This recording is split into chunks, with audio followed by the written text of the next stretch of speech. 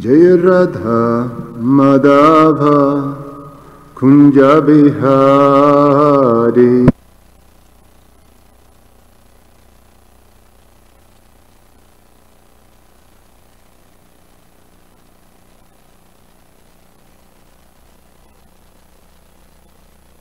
Jaya Radha Madhava Kunja Bihari.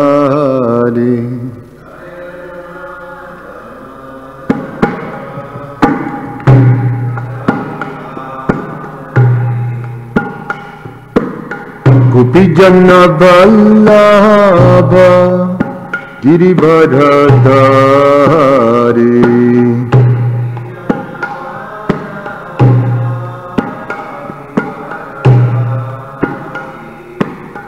Gopijana Vallabha Girivardhari.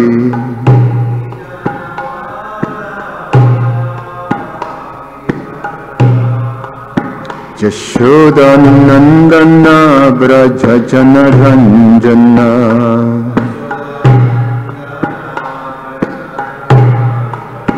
Yashodanandana Brajajana Ranjana.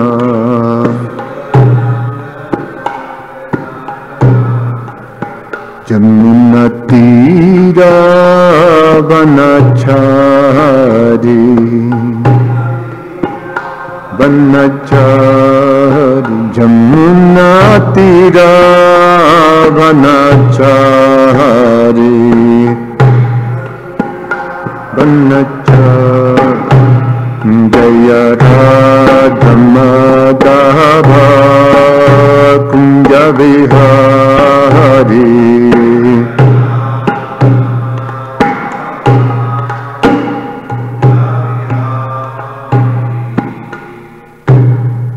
Jayam Vishnupad Paramahansa Parivrajacharya Ashtotarashata Srimad, His Divine Grace A.C. Bhaktivedanta Swami Srila Prabhupada Ki.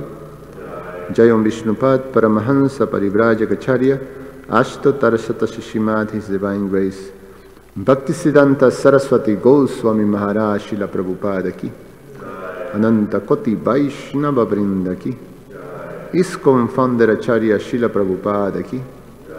Grantara Srimad Bhagavatam Ki. Nitai Gaura Premanandi. Oh, glories to the assembled devotees. Oh, glories to the assembled devotees. Oh, glories to the assembled devotees. Oh, glories to Shishi Guru and Shigoranga.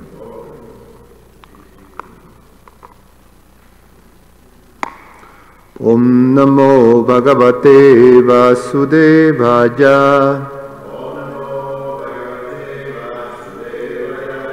Om Namo Bhagavate Vasudevaya.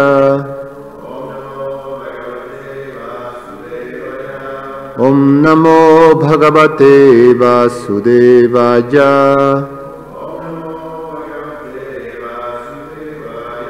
Reading from Srimad Bhagavatam, Canto 10, the Summon Bonon, Chapter 11, the Childhood Pastimes of Krishna, text 38 to 40.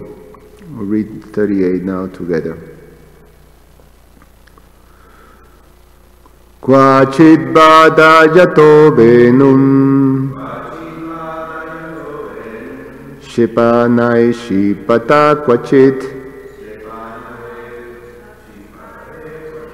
Kvachit padai kikingni Kvachit kritri mago vrishai Kvachit vadayato venum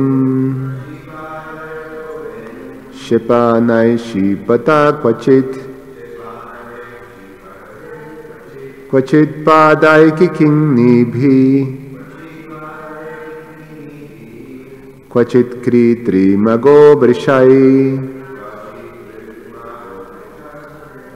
Kvachit vadayato venum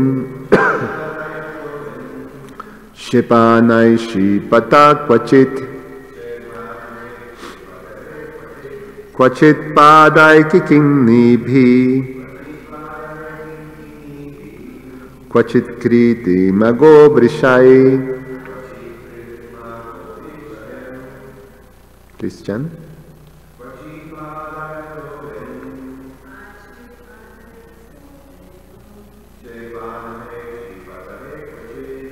Shepanai shipata kvachit. Kvachit padai kikinni bhi.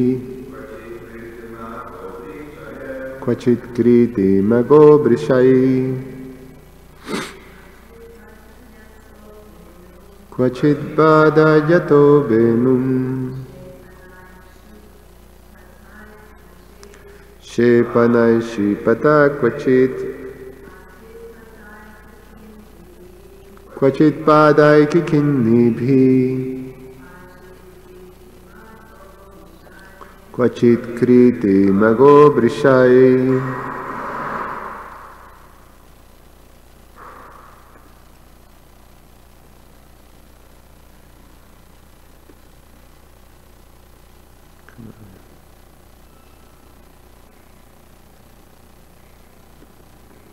The internet just went off.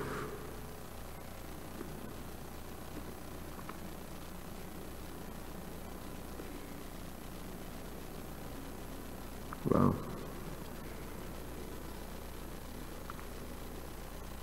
The internet just went off.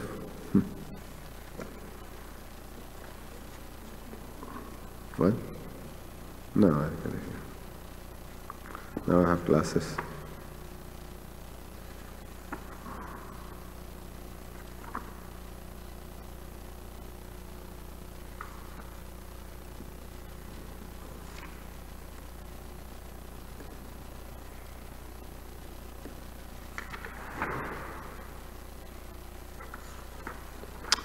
I'm going to read 38 and then the word by word.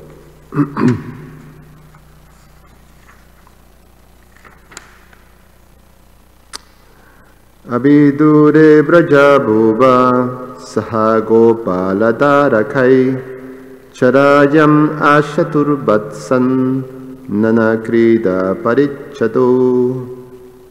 Translation: not far away from the residential quarters, both Krishna and Balaram, equipped with all kinds of playthings, play with other cowherd boys and begin to tend the small calves.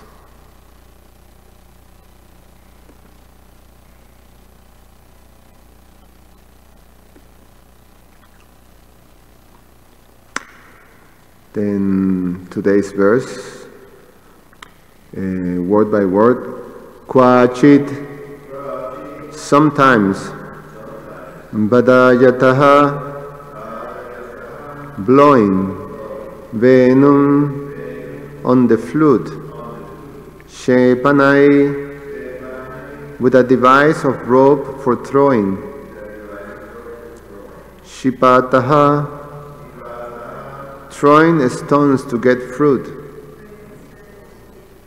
kvachit, sometimes, kvachit padai, sometimes with the legs, kikinnibihi, with the sound of ankle bells, kvachit, sometimes, kriti mago brishai, by becoming artificial cows and bulls.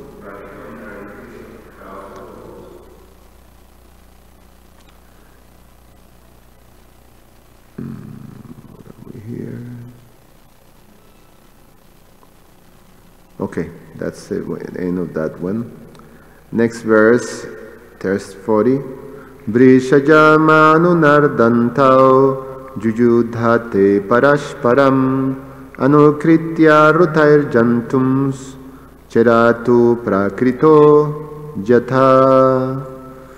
Translation and purport by His Divine Grace A.C. Bhaktivedanta Swami Srila Prabhupada Ki Jai.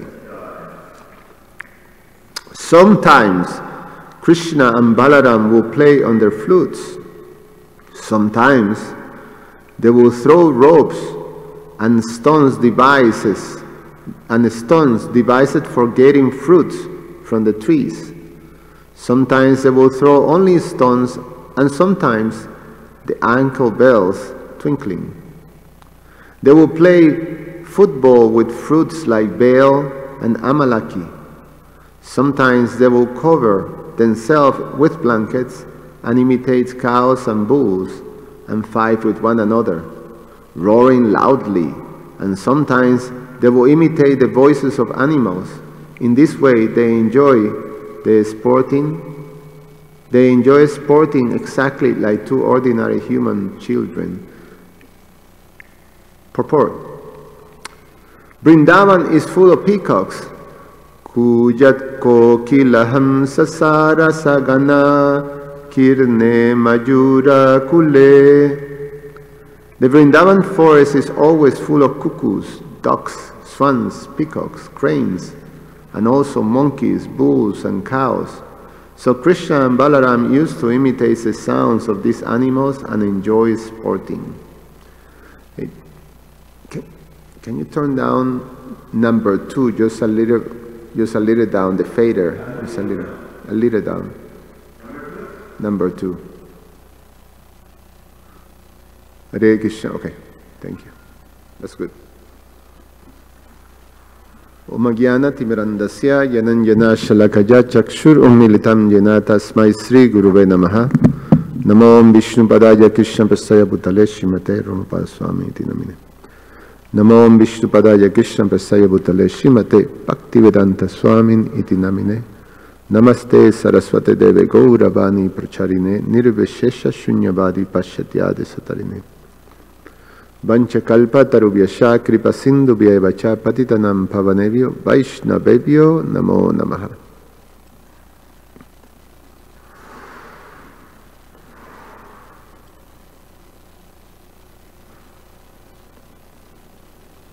Oh, it's back. Great. So,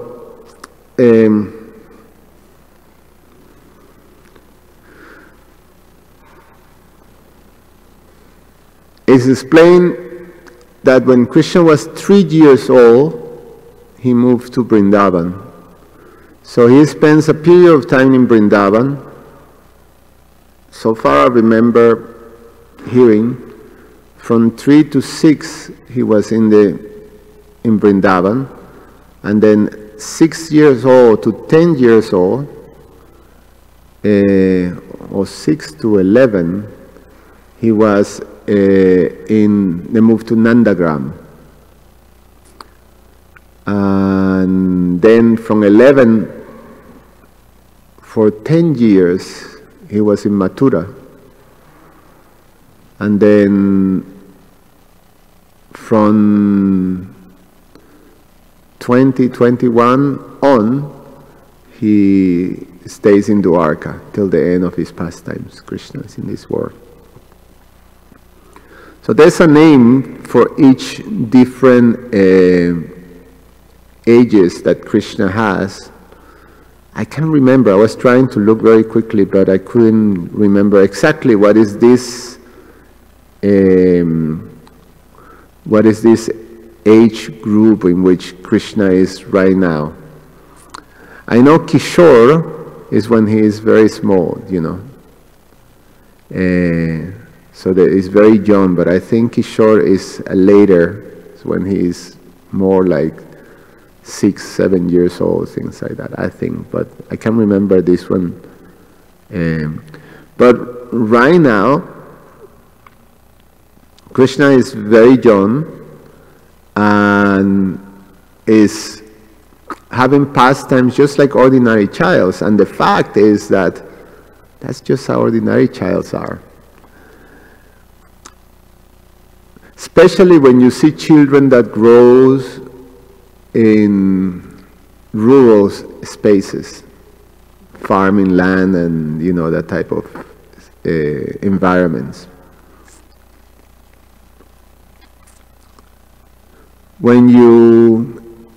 If you had that experience of having your childhood in sort of rural areas, that's exactly how children play. When I was at this children age, we go on vacation. All our vacation was visiting our grandparents who have, one of them, had this small tract of land, and the other one was these little towns that have these jungles, and then there was always what they call the different farmers. They have this little piece of land that they cultivate. They will call in Venezuela conucos. They do the same thing in Colombia, conucos.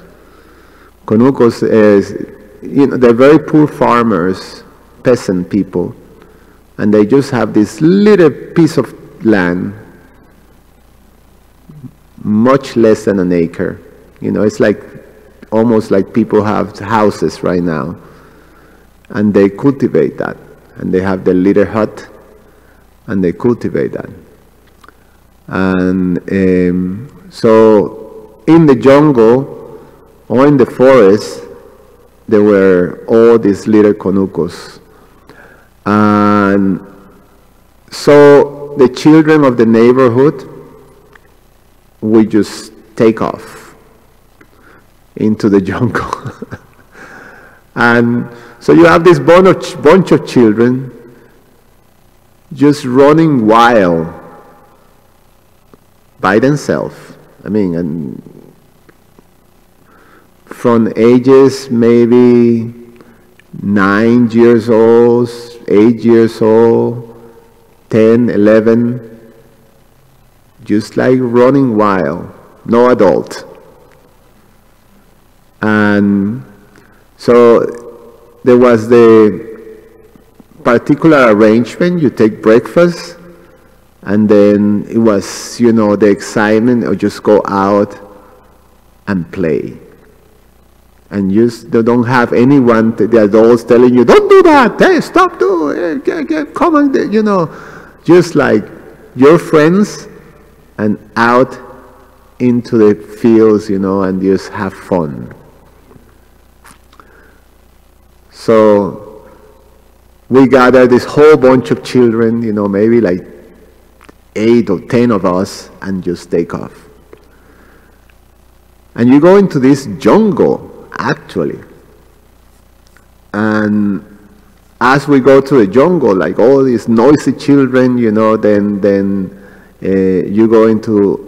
you find these conucos, or these little tracts of lands with these poor farmers. And then we go into, and then this old man will sit down and tell us stories, ghost stories of the jungle. And then all the children will be like all scared. And then you go into the jungle, and somehow or other, one of the children comes out that they see a ghost and really scared. And then we all get scared and run. And sometimes there were, the listening of animals and things, all these things. And that was in one side of my grandparents. The other side was with my aunts. Some of them were younger, like my age, and some other cousins, my brother. We go, and some of the other children of the farm. Then we spend the whole day under the mango tree groves, just eating mangoes. So knocking mangoes out of the tree, like throwing stones. And then, so just like is described here. And just the whole afternoon eating mangoes. You will take the mango, and then you squish it. Squish it, and it becomes very soft, and then take a tip out, and then suck the mango. So suck all the juice of the mango, throw it, the next one, like that. So it was this carefree, really, really happy time, just with your friends running free. And thinking about it, sometimes now you marvel that how things were years ago and how things are degrading right now, that if you, I mean, there's no way of you thinking you let your children just go free like that on their own at that age into, on their own somewhere in the, in some space. You just won't allow it because you immediately think how dangerous. Well, back then, I mean, it's not that my parents were responsible, or my family. They were we were very nicely taken care. But it was a sense that, as you go through different things, the adults will be looking after the children. So, we passed through different conucos, and, we were offered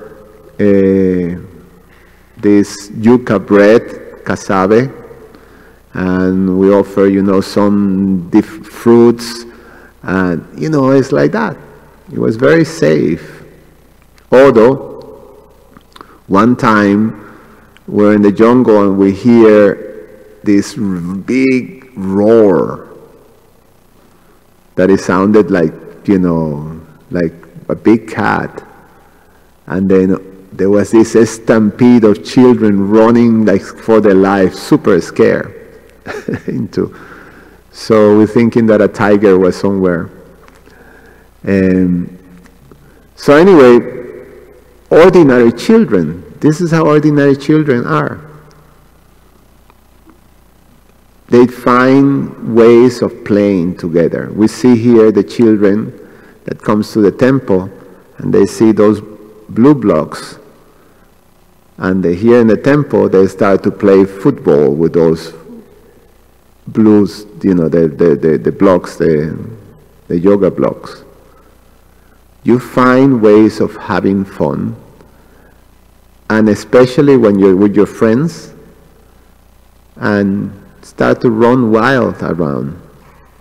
So exactly like ordinary children, which makes Krishna's pastimes very extraordinary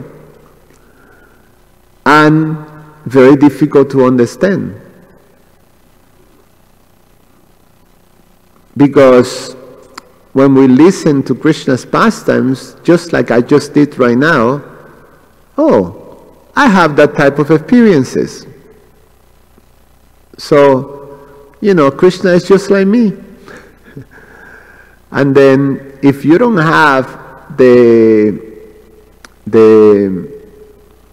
background or the protection of the instructions of the acharyas, then you can very easily try to understand Krishna from the perspective of your own experience. And that completely pollutes and contaminates the understanding of Krishna's pastimes. So therefore it remains a mystery for people who are not connected to the disciplic succession or to the parampara.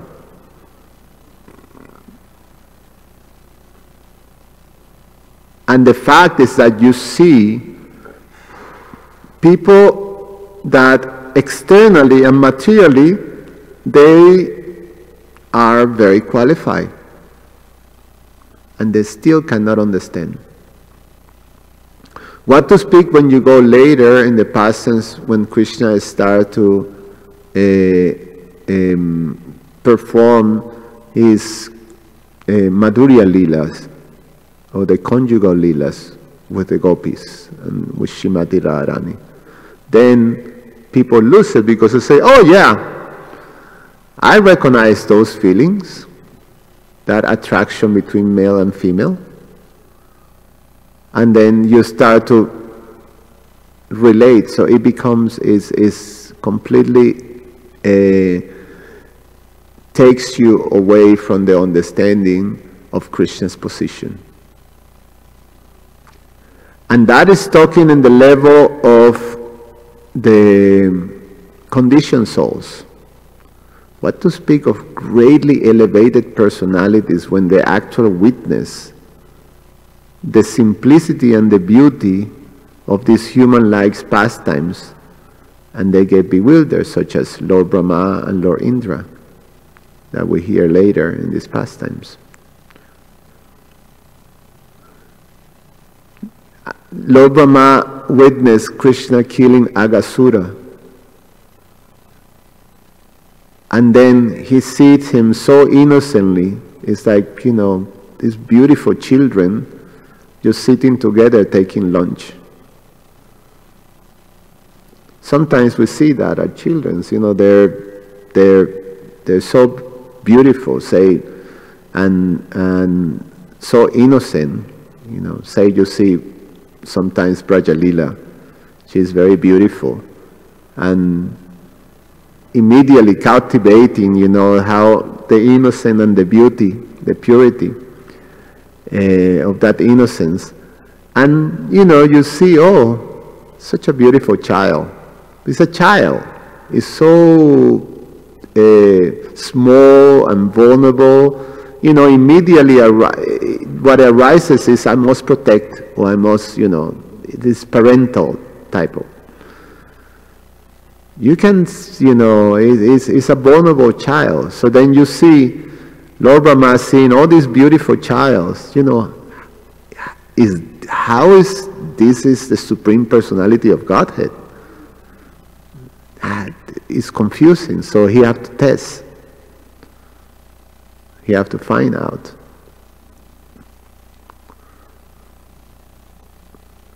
And Lord Indra, because of pride, he couldn't understand Krishna. You know, he said, this beautiful child, then being very clever and sort of convincing the whole inhabitants of Vrindavan to stop the Indra Yajna. But you know, when we hear the narrations of Krishna talking to Nanda Maharaj and the elders of Vrindavan about the Indra Yajna, questioning and then making his arguments that Indra Yajna, no, we just worship Govardhan. It's so charming the way the description is, you know, with Krishna's innocence and Krishna's sort of respect for their parents, but at the same time, you know, making these very convincing arguments. And talking philosophy, sometimes we see, you know, children that are very, very gifted, and they can, you know, speak a little philosophy, and then you get, oh, how wonderful this child is. So he arises, you know, it's not, this is a supreme controller, this is a controller, but this is someone that, you know, I must protect. So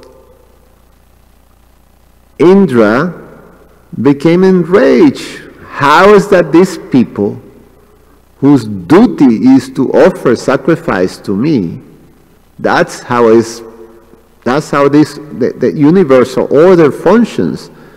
Yajna must be performed. And, you know, in order for the rain to be,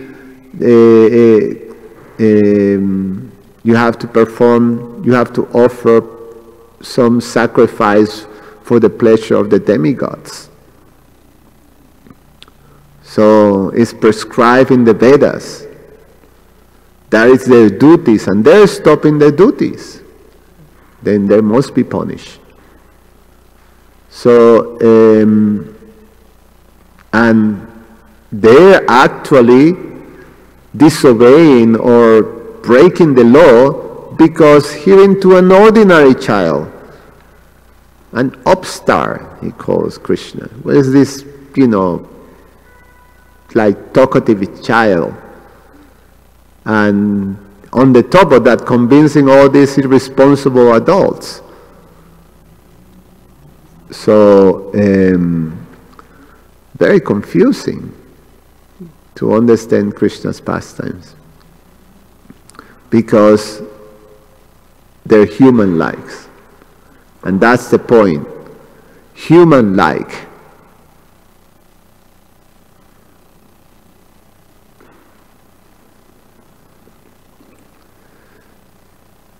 But thanks to the grace of the Vaishnava Acharyas, then we can understand, which is something quite wonderful, that we have the possibility to understand Krishna's pastimes.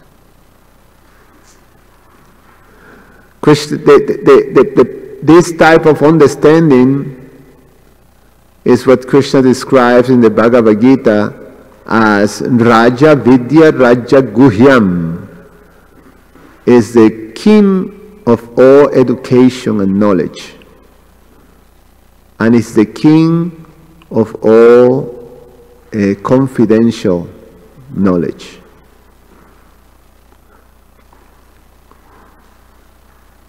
So obviously we can understand it's confidential because it has to be, it's a secret that has to be, or it's a confidential knowledge that has to be revealed to you directly. If you don't receive this password or this key, then you have no entrance. And it doesn't matter how highly intelligent materially or qualified you are, you won't be able to enter. And we see that with scholars of,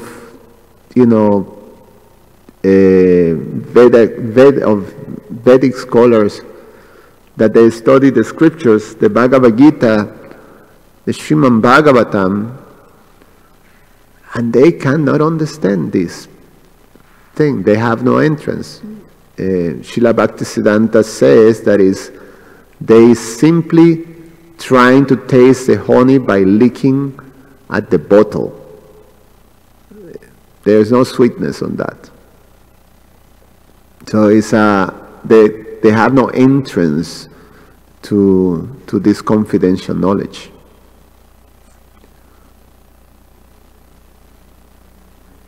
Even personalities like Gandhi, although he displays or he claims to be a devotee of the Bhagavad Gita, in some of his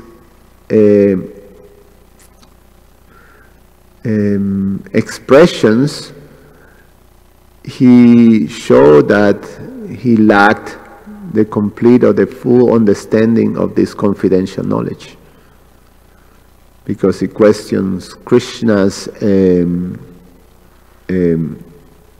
pursuing or encouraging Arjuna to fight the world.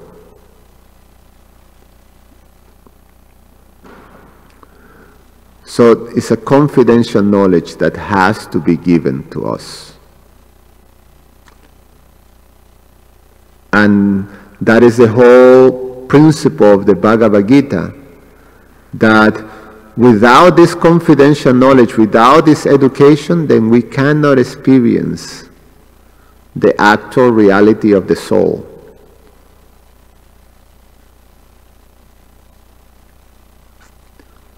That's what this verse, Raja Vidya Raja Guhyam Pavitram Pavan Uttamam. What is it? Dharma Protection. I can't remember this line. But is the perfection of religion because you can experience it. You can have a direct experience of the self. A direct experience of the self. So when we receive this type of education, we have access to have, it's experiential because we have the capacity to experience the self. And the fact that as that happens in all levels of this education, many of us will still sort of in the beginning stages of this education. And even in the beginning stages of education, you receive an experience of the self, the spiritual self. That is what Krishna calls param drishtva nivartante. That devotee Srila Prabhupada translates as the higher taste. So we can receive this higher taste, which is in other religions they call it a religious experience. So a religious experience is when you have a moment of experience transcendence. So we all have those moments. Even in our beginning stages, in the beginning of our education, in this supreme king of all educations, we have those moments that we experience transcendence, we experience Krishna, we experience his reciprocation. So, and as we advance, the experience becomes greater and greater and greater, till one point when we achieve perfection, that we have this complete realization of our spiritual self. Is the seventh treasure that is given by the process of chanting the holy name. What is it? Anandan buddhi vardhanam pratipadam purnam britashvanam sarvatmasnapanam. Sarvatmasnapanam. So we have this full experience of the self by realization. The seventh treasure. So that's what is called self-realization. And that's the goal of life, to come to that point. My Guru Maharaj once told me, when I was telling him about this moment or this religious experience that I have in the very, very beginning of my Krishna conscious practice, the first 9 months that I have in Krishna consciousness, I used to go to chant in the street with Indra Prabhu in his truck, and I had this moment that there was this sense of, all of a sudden I was not in the space that I was in some other space, and there was this sense of great happiness and satisfaction just by chanting. And it was a very short moment, and then I described it to my Guru Maharaj at that time, and he says that Krishna just gave me a drop of the happiness of the soul. I just tasted a drop of the happiness of the soul. And then he says this thing that I just it was very impactful for myself. He said, imagine that moment, that tiny moment, 24/7. Then he said, that is the life of a spirit soul. 24/7 on that space of complete happiness, ananda, anandam buddhi vardhanam. 24/7 being like that. And then one time, my Guru Maharaj was coming out of his room, and then he stopped and he started to stare at this painting or this poster of Krishna. And then he stood there for a while, and then I was behind him, and then he turned to me with a big smile and he said, "Wouldn't you like to be there?" And it was the picture of, remember, there's this picture of Vrindavan, and then the cowherd boys running. They're all like running, very happy, behind Krishna and Balaram, who's running in the front with the cows. You remember that picture? It's one of the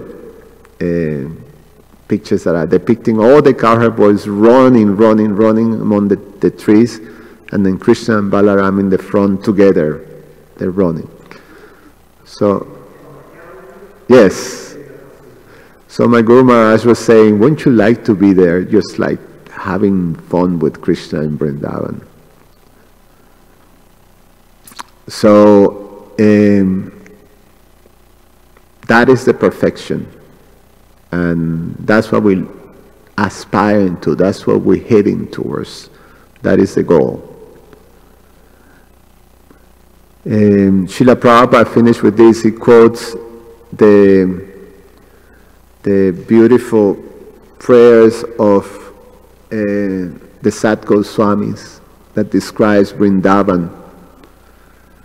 Kuja kokilaham sasara sagana kirne majura kule nana ratna dibada mula vitapa Sri Yukta Vrindavane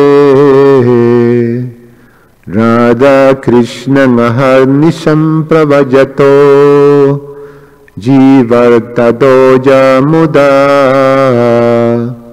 Vande Rupa Sanatano Raghujago Sri Jiva Gopalako. In Vrindavan, which is resonant with the calls of cuckoo birds, swans and cranes, filled with peacocks, and beautified by trees decorated with various jewels at their base, they serve Radha and Krishna day and night and joyfully fulfill all souls' desires. I offer my obeisances to Sri Rupa, Sri Sanatan, Sri Raghunath Bhatta, Sri Raghunath Das, Sri Jiva, and Sri Gopal. The description of Vrindavan. So Prabhupada quotes this because there is these different birds and animals that live in the land of Vrindavan, and part of the games of the children was to imitate them and imitate the sounds. When you go to Vrindavan and you have the fortune of being taken around by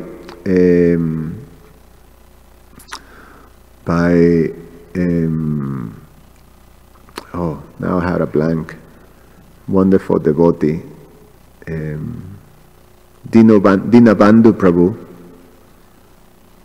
He mastered all the different sounds. So he tells you, oh, this bird sounds like this, the cuckoo bird sounds like this, so he imitates all the different sounds and knows all the different flowers and the different trees. He recognizes all this tree is this one, this tree is that one. So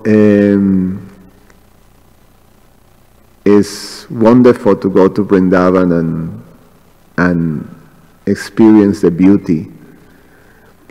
And the beautiful thing of going to Vrindavan is really the only way to experience the beauty of Vrindavan is that you are taken by a devotee. When you are under the shelter of a devotee and the guidance, then you have entrance into this sweetness and you're able to taste. If you don't have that, then it becomes a very difficult experience. It's not that sweet. Then, you experience the external Vrindavan, not the internal Vrindavan. Any comments or questions? Yes, Raktak Prabhu. Wait for the microphone. People here in the internet.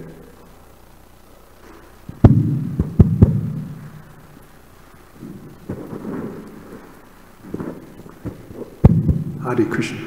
Maharaj said the same thing that you just mentioned about, that you have to have a certain attitude when you go to these different, holy sites, and different, spiritual places.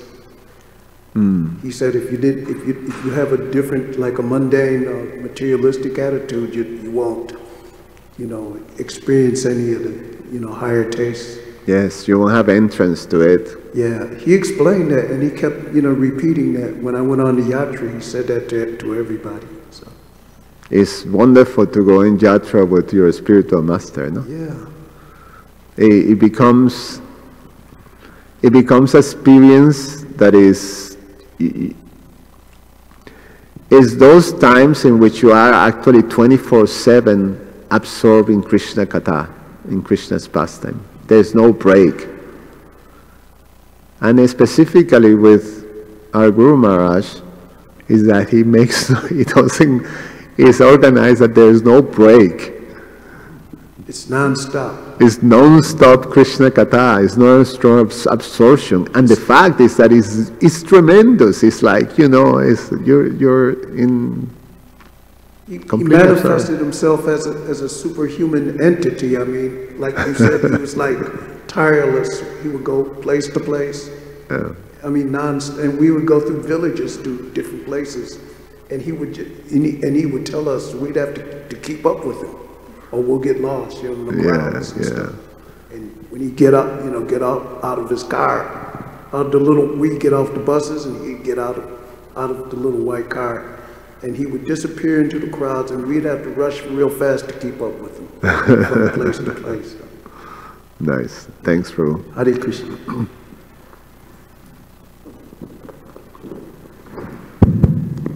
Hare Krishna, Prabhu. Thank you for your advice. You mentioned that verse from chapter 9, and you were kind of speaking about that a few times, of this knowledge is confidential. And what came to mind is two quotes. One, knowledge is power, and a quote from Spider-Man. With great power comes great responsibility. And that's what we're expected to do by being members of the Disciple Succession. Take the knowledge ourselves and give it to others. And we see it in Bhagavatam, there are essentially two types of personalities, mediators and deviators. Mediators put Krishna in the spotlight. Deviators put themselves in the spotlight, sometimes in the name of Krishna consciousness. Of course, we've all gone through that Anartha Nibriti stage, but one thing that came to mind is my favorite analogy is that same thing, when a computer is connected to its power source, it could benefit itself, or if we're connected to the internet, we could benefit ourselves and we could benefit others. But if a computer is disconnected from its power source, we cannot benefit ourselves nor others. Same if we become a deviator, we can't benefit ourselves or others. So one thing that came to mind that Krishna says in that particular verse, he told Arjuna, the reason I'm giving you this confidential knowledge is because you are not envious. And basically, we see throughout the Bhagavatam the standard of whether we determine whether we're mediators or deviators to see if we're not envious. And one pastime that came to mind is Lord Brahma. Two pastimes. In the first chapter of the Krishna book, it describes that Lord Brahma was the primary mediator. When Mother Bhumi came to Lord Brahma, she said, "My dear Brahma, the world is overburdened by demons. Can you please help me?" So Lord Brahma says, yes, I'm the proper mediator. I'll talk to my superior and go in deep meditation and see what he says. But before Lord Brahma actually went to the ocean of milk and prayed to Lord Vishnu, the other demigods tried to summon the Lord to see what they would get inspired. So it's described, Prabhupada, in the first chapter of Krishna book, the Advent of Lord Krishna. So Prabhupada says, the demigods offered their Purusha Shukta prayers to Lord Vishnu with all their heart. They heard no response. Nothing. The Lord didn't talk to them. However, when Brahma did the same thing after the demigods, he heard a response. You know, so he could have been thinking, I must be like the chosen one, a mediator. So therefore it's my responsibility. But actually there's another pastime where Brahma was humbled. When he entered the city of Dwarka to meet Lord Krishna, he says, can I see Lord Krishna, to the doorkeeper? And the doorkeeper says, Prabhu, which Brahma are you? What do you mean, which Brahma am I? I'm the chosen one. I'm the greatest mediator. you know, everyone else is a deviator. That's why the Lord considers me special. So then when he met Lord Krishna says, actually, you're not the only mediator. There's so many mediators that's way better than you. So one thing I appreciate about this lesson is that we could really test whether we're a mediator or a deviator when somebody's glorified, you know, other than us. That's why Martin Luther King says, nobody is unhappy about praise, even if they know they don't deserve it, and even if they don't believe it. The only people who are unhappy about praise is when that praise is going too much towards somebody else. And this is precisely what Lord brought. So my question regarding this topic is that a lot of times people say, I'm not a leader. What is the point of representing the disciplic succession? Because everyone has their nature, their varnashram dharma, and I'm not a Brahmin, I'm not a public speaker. But we see the first lesson in Nectar Instruction, it describes that how can one be a leader? And it does say if you control your speech, if you control your speech and your mind, etc., then you could make disciples all over the world. But it also says before you make disciples all over the world, before you're a leader of people, you have to be a leader of your senses. So sometimes the tendency is that to not read, if I'm not a speaker, if I don't give class, then the tendency is, why should I read the books? Because that's not my dharma. And therefore we see that if you ask anybody, how many years you've been in Krishna consciousness? Have you read the entire Srimad Bhagavatam? Have you read the entire Chaitanya Charitamrita? And if the usual answer I've seen is no. Not even I've read the entire Srimad Bhagavatam. I'm on the 10th canto, but still, it's not like you read it and you understand. But still, Krishna gives you mercy if you try. So one thing, my question is that what are some steps we can move forward to gain the realization that we're actually not a leader of people, but we're actually a leader of our senses? Because I'll mention one last quote from the Bible. It says everyone is a leader. There's a nice verse from the Bible. It says everyone is a leader. It compares the body to a boat and our tongue to a rudder. So I basically paraphrased it both because the word leadership comes up in this verse. And the word leadership consists of two words, leader and ship. Everyone is a leader, the captain of their ship, the body with a rudder, the tongue that steers us either to the island of our elevation or steers us to the iceberg of our degradation, depending whether we contemplate words of wisdom or words of wrath. So we see the tendency is that if I'm not a public speaker, why should I read the books? But then we see people find fault with others. But have you read the entire Bhagavatam? So why are you finding fault with others? And therefore we're not inclined to be leaders because, how do we redefine the new definition of what a true leader is? It's not being on a Bhagavatam and studying. It's actually studying for your own purification, because if we're not a leader of ourselves, if we're not a leader of envy, then we'll be a follower of envy. Same with all the most material nature if we're not a leader. So can you explain some of that a little bit? The answer is very simple for us that is being given. The definition is what, Srila Rupa Goswami is telling us, what Srila Prabhupada is explaining to us, what the Acharyas tell us. And we can understand how to be a leader and how to recognize a leader. What are the qualifications of a leader? And when we have that understanding, then we have, and we're being guided to be introspective and self-aware, then we always have the sense that, you know, I'm serving my leader or my spiritual master. I have someone, I have people that I'm taking shelter of. So that is the education that we're receiving. Now, the descriptions that you made in the question is, these people say that people say, you know, or even maybe devotees may say that these are displays of some of immaturity in Krishna consciousness, when things are like that, when that type of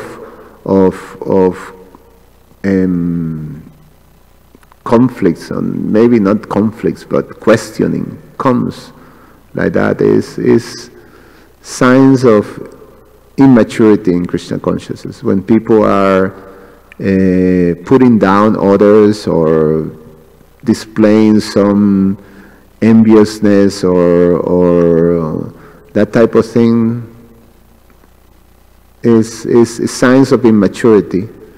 So we can just understand it as it is. And in terms of ourselves, we can also see that, you know, if we are disturbed, or if it's disturbing us,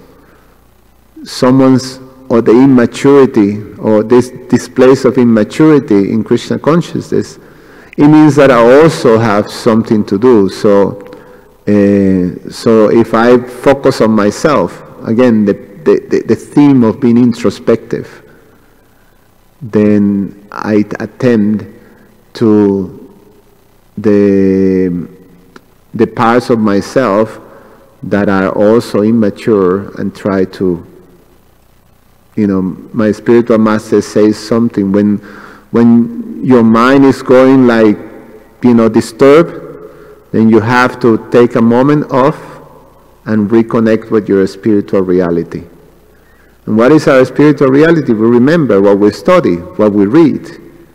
You know, what's the type of position of a devotee? You connect back to the spiritual reality. I'm a servant, and I'm on the shelter of my spiritual master and Krishna and the acharyas. And then, you know, you proceed. So it's the process of reconnecting ourselves to our spiritual reality when we get pulled into that space that is of you know, materialistic external views of things. I mean, if something tells you, oh, I see that you're not a public speaker, you should not read the books. I mean, what kind of, it's like, you know, maybe,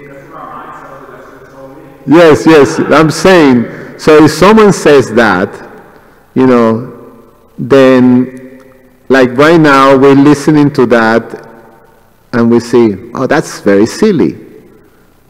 It's not a very intelligent, you know, without knowing the background, you know, like externally appears to be very silly. So,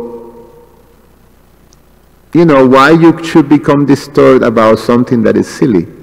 Now, if I become disturbed, then I have to say, okay, why am I disturbed? Why this is disturbing me? What is it? You know, so then we start to dig in ourselves. Oh, maybe it's because I'm proud, or I have some pride of what I'm doing, right? We look at something, or what, I don't know, it may be something else.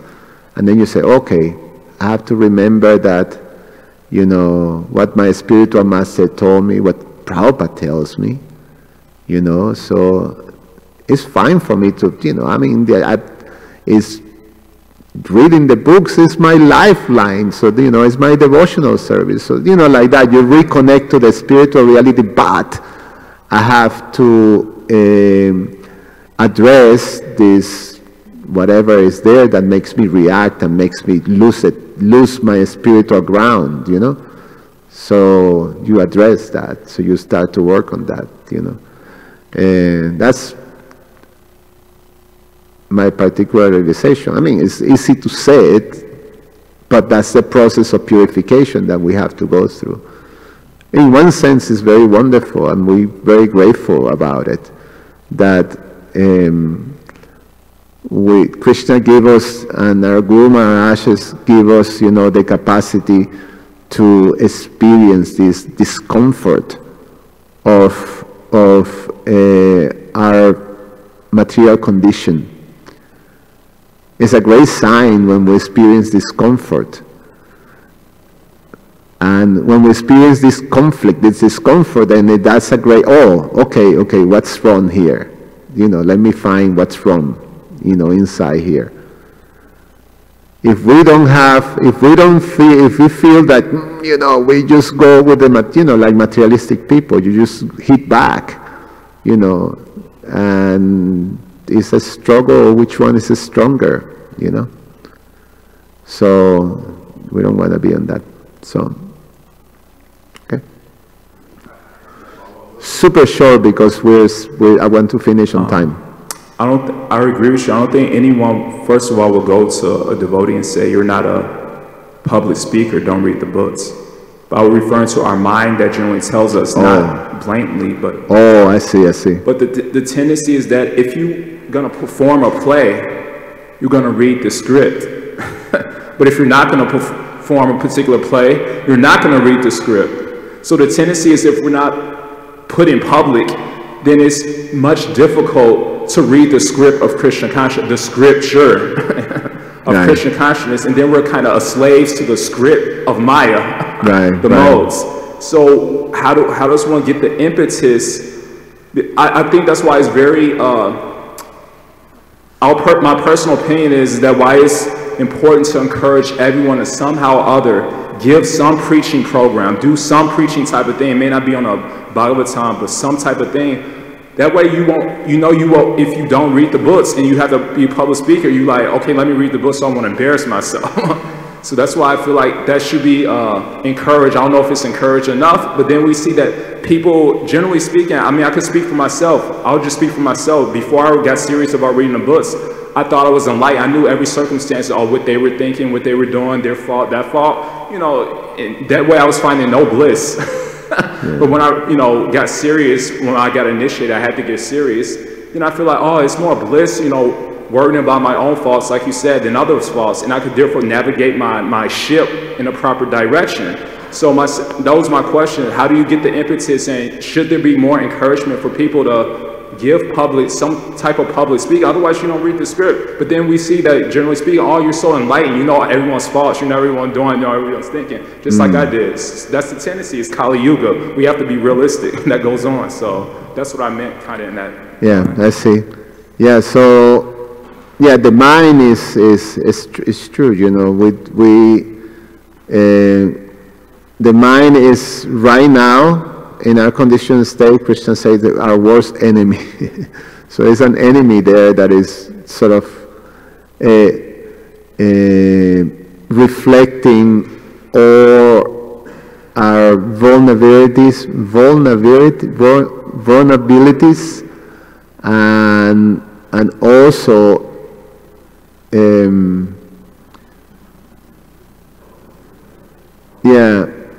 so sometimes it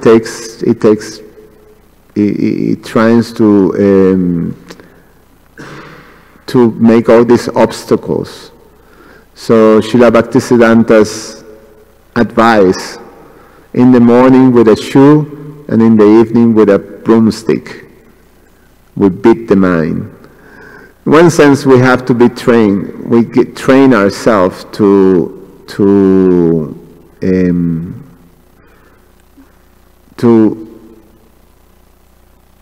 when we see that the mind is giving us a lot of conflict, we're conflicted, then that's when we stop.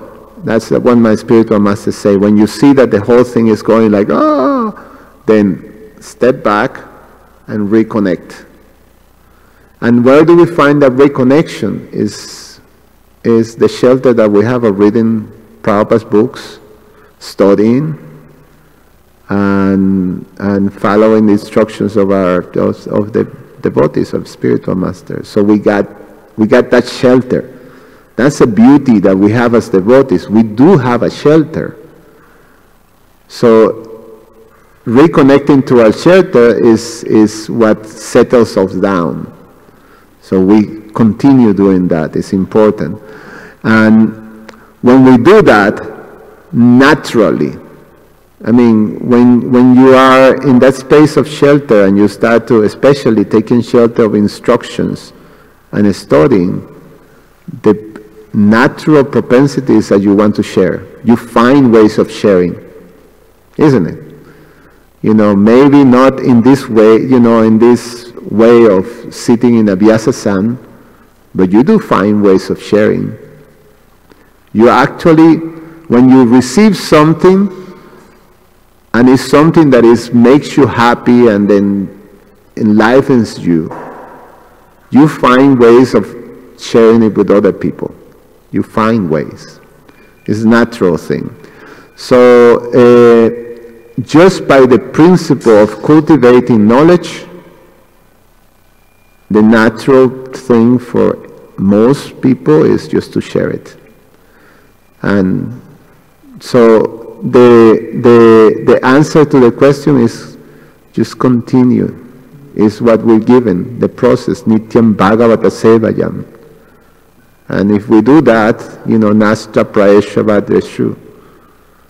So all the unwanted things just like keep being destroyed, you know. So we continue in the process like that, faithfully. And as you continue, as you say, that's the signs of a leader. As the unwanted things goes, we have more control of the self, and then naturally you don't even have to ask for it. People will look up to you because they see, you know, someone who is serious about it.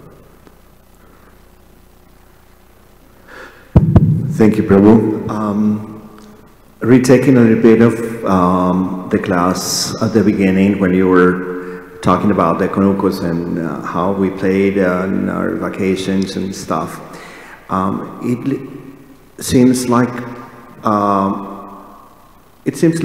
is for sure that the simpler life brings more joy than the more complicated